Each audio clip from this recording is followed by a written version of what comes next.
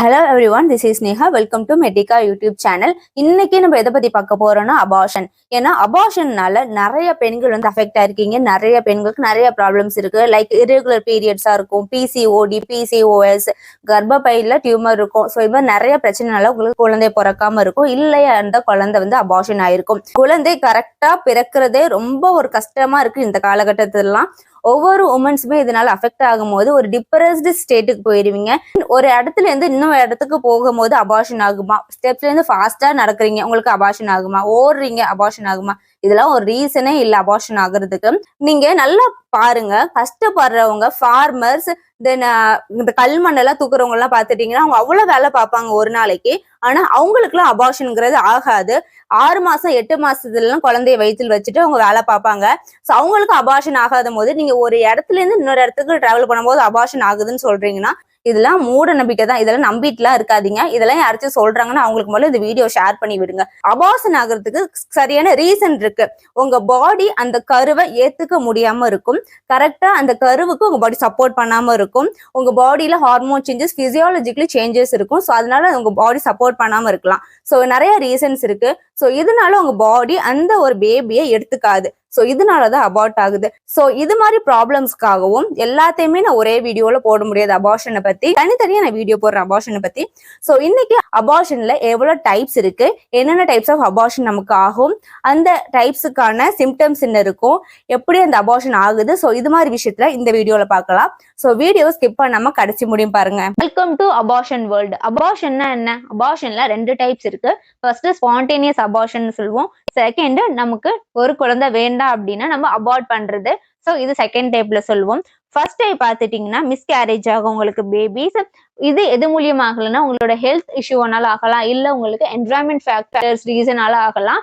So இதுக்கு reason கரெக்டா சொல்ல முடியாது. ஸோ உங்களோட பேபி ஆட்டோமேட்டிக்கா வந்து வெளியே வந்துருவாங்க, உங்களுக்கு டீட் ஆயிரும். இது வந்து மிஸ்கேரேஜ்னு சொல்லுவோம், இல்ல ஸ்பான்டேனியஸ் அபார்ஷன் சொல்லுவோம். செகண்ட் டைப் பார்த்துட்டீங்கன்னா நமக்கு இப்ப பேபி வேண்டாம், கொஞ்ச நாள் டைம் எடுத்துக்கலாம் அப்படின்னு நினைப்போம். ஸோ இதுக்காக நம்ம நிறைய மெடிசன்ஸ் எடுத்துப்போம், நிறைய பில்ஸ் எடுத்துப்போம். இப்படி எடுத்துக்கிறதுனால அந்த பேபி வந்து டிஸ்ட்ராய் ஆகுறாங்க. ஸோ இதுதான் டைப் 2 அபார்ஷன். மெடிக்கல் டேர்ம்ல நம்ம அபார்ஷனா என்ன சொல்லுவோம்னா மெடிக்கல் டெர்மினேஷன் ஆஃப் பிரெக்னன்சின்னு சொல்லுவோம். நார்மலா அபார்ஷன் எதனால ஆகும், எந்த ஒரு விஷயத்தால அதிகமான அபார்ஷன் ஆகும்னு பார்த்துட்டீங்கன்னா இம்யூனாலஜிக்கல் டிஃபெக்ட். உங்களுக்கு அதிகமான நோய் எதிர்ப்பு சக்தி இருக்காது, உங்களுக்கு அதிலட்ஸ் வந்து ரொம்ப கம்மியாயிரும். ஸோ இதனாலே உங்களுக்கு அபார்ட் ஆகலாம், கிளாட் ஆகலாம். இது மோஸ்ட்லி ஃபர்ஸ்ட் ட்ரைமஸ்டர்ல தான் நடக்கும் இந்த abortion. First trimester, second trimester, third trimester, இதை பத்தி நான் நம்ம சேனல்ல ஒரு வீடியோ மேக் பண்ணியிருக்கேன். அதுல பார்ட் 1 பார்ட் 2 இருக்கு. ஸோ அதுல போய் இந்த ட்ரைமஸ்டர் வீடியோ எல்லாம் பார்த்துட்டீங்கன்னா உங்களுக்கு ஃபர்ஸ்ட் ட்ரைமஸ்டர்னா என்ன, செகண்ட் தேர்ட்னா என்ன நல்லாவே புரியும். ஸோ ஃபர்ஸ்ட் ட்ரைமஸ்டர் தான் மோஸ்ட்லி அபார்ஷன் ஆகும். இதுக்கு ரீசன் பார்த்துட்டீங்கன்னா ஒன்னு நீங்க ஆல்கஹால் எடுக்கலாம், இல்ல ஸ்மோக் பண்றவங்களா இருக்கலாம், இல்ல ரேடியேஷனால அஃபெக்ட் ஆகலாம், ட்ராமா, தென் டொமஸ்டிக் வயலன்ஸால அஃபெக்ட் ஆயிருக்கலாம். Types of abortion. அபார்ஷன்ல 8 டைப்ஸ் இருக்கு. யாரா இருந்தாலும் இந்த 8ல ஒரு டைப்ல தான் உங்களுக்கு அபார்ட் ஆயிருக்கும். ஃபர்ஸ்ட் பார்த்துட்டீங்கன்னா கம்ப்ளீட் அபார்ஷன். கம்ப்ளீட் அபார்ஷன்னா ஒரு ஃபீட்டஸ் ஆனது கம்ப்ளீட்டா வெளியே வந்துருவாங்க. ஒரு டிஷ்யூ கூட அவங்க யூட்ரஸ்ல இருக்காது, எல்லாமே வெளியே வந்துடும். ஸோ இதை தான் கம்ப்ளீட் அபார்ஷன் சொல்றோம். இந்த கம்ப்ளீட் அபார்ஷன் ஆனிச்சுன்னா உங்களோட யூட்ரஸ் மறுபடியும் நார்மல் ஷேப்புக்கு வந்துடும். இதை வந்து நம்ம அல்ட்ராசவுண்ட் மூலியமா மேக் ஷூர் பண்ணிக்கலாம்.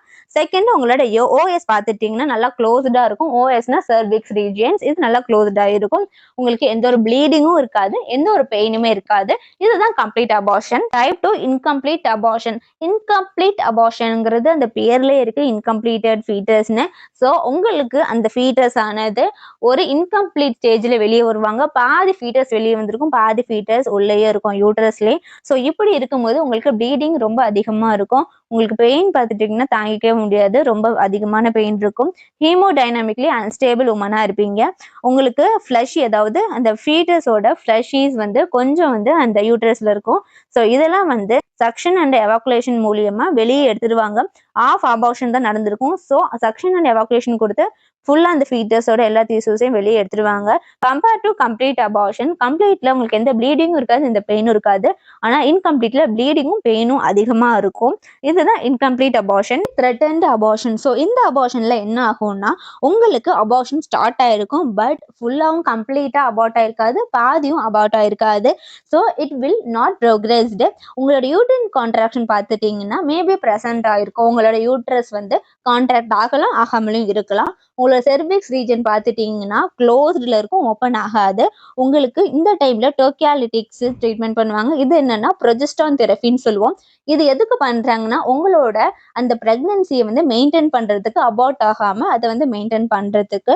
ஸோ இந்த டைம்ல உங்களுக்கு வஜினல் ப்ளீடிங் இருக்கும், அதிகமா ப்ளீட் ஆகும். அண்ட் தென் உங்களுக்கு இந்த ப்ளீட் ஆகுறதுனால உங்களுக்கு ஃப்ளூயிட் கொடுப்பாங்க. அண்ட் தென் உங்களை கம்ப்ளீட்டா பெட் ரெஸ்ட் எடுக்க சொல்லுவாங்க. உங்களோட அப்டாமினல் பெயின் அதிகமா இருக்கும்.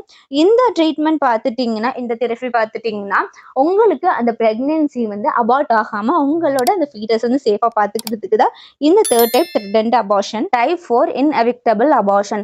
இந்த அபார்ஷன் ப்ராக்ரஸ் ஆக ஆரம்பிச்சிரும். த்ரெட்டன்ட்ல பார்த்துட்டீங்கன்னா உங்களுக்கு வந்து அபார்ஷனை நம்ம காப்பாற்ற முடியும், பட் இதுல அப்படி முடியாது. உங்களுக்கு அபார்ஷன்ங்கிறது கண்டிப்பா ஆகக்கூடியது தான். இந்த டைம்ல ஓஎஸ் பார்த்துட்டீங்கன்னா ஓப்பன்ல இருக்கும் உங்களோட செர்விக்ஸ் ரீஜன். உங்களுக்கு நிறைய பெயின் இருக்கும், அப்டாமன் பெயின் இருக்கும்.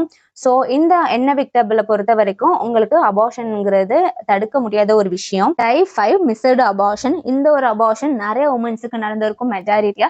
ஏன்னா ஒரு குழந்தையானது யூட்ரஸ்ல வளரும். ஸோ அந்த குழந்தை பிறக்கும் போது இறந்த நிலையில பிறப்பாங்க. ஸோ இந்த அபார்ஷன் நிறைய பேருக்கு நடந்திருக்கு. ஸோ இந்த அபார்ஷனை பத்தி இப்ப பார்க்கலாம். குழந்தையானது உங்களோட யூட்ரஸ்ல இறந்துதான் பிறப்பாங்க. பிறக்கும் போது இந்த டைம்ல உங்களோட ப்ளீடிங் பார்த்துட்டீங்கன்னா கொஞ்சம் வரும். தென் உங்களுக்கு எந்த ஒரு செக்ரீஷனும் இருக்கும்.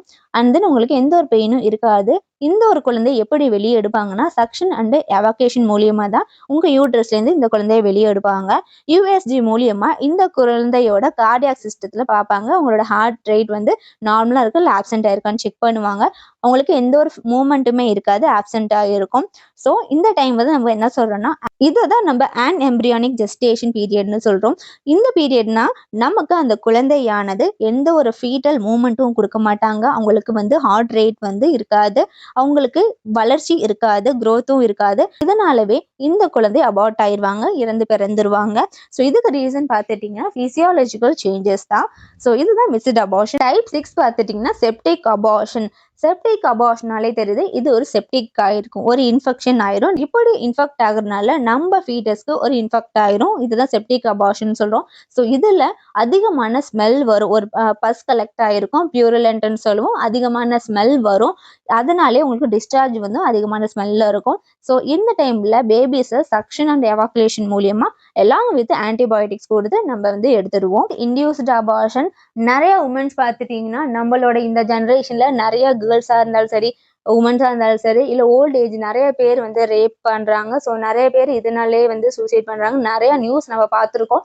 ரீசெண்ட் டேஸ்லேயே நிறைய பொண்ணுங்க வந்து இந்த ஒரு நியூஸாலேயே இறந்துருக்காங்க, ரேப் பண்ணி இல்ல கொலை பண்ணி, வாட் எவர் த ரீசன்.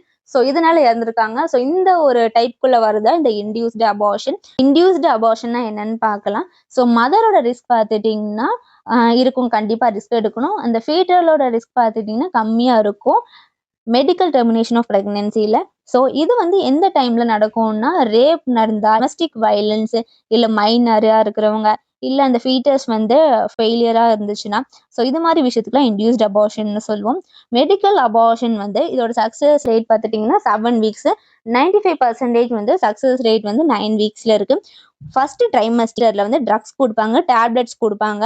இது வந்து டாக்டர் பிரிஸ்கிரைப் பண்ணுவாங்க. ஸோ இந்த டேப்லெட்ஸ் வந்து நீங்க கண்டினியூஸா எடுத்துட்டீங்கனாலே உங்களுக்கு அபார்ட் ஆயிரும். சர்ஜிக்கல் மெத்தட் பார்த்தீங்கன்னா ஃபர்ஸ்ட் நான் மோஸ்டா யூஸ் பண்றது சக்ஷன் அண்ட் எவாக்குவேஷன் தான். செகண்ட் பார்த்துட்டீங்கன்னா டைலேஷன் அண்ட் கியூரிட்டேஜ். தேர்ட் பார்த்துட்டீங்கன்னா ஹிஸ்டெரோட்டோமி. இது என்னன்னா உங்களோட யூட்ரஸை கட் பண்ணி அந்த ஒரு ஃபீட்டஸை வந்து வெளியே எடுத்துருவாங்க. இந்த வீடியோ கடைசி முடியும் பார்த்ததுக்கு ரொம்ப நன்றி. இது மாதிரி மெடிக்கல் ரிலேட்டடா உங்களுக்கு நிறைய வீடியோ வேணும்னா இந்த வீடியோக்கு ஒரு லைக் போட்டு கமெண்ட் போட்டு சப்ஸ்கிரைப் பண்ணி வச்சுக்கோங்க. அப்பதான் நான் போற ஒவ்வொரு வீடியோவுமே உங்களுக்கு நோட்டிபிகேஷனா வரும். அண்ட் தென் அந்த பெல் ஐகான் சிம்பிளையும் ஆல்ல போட்டு வச்சுக்கோங்க.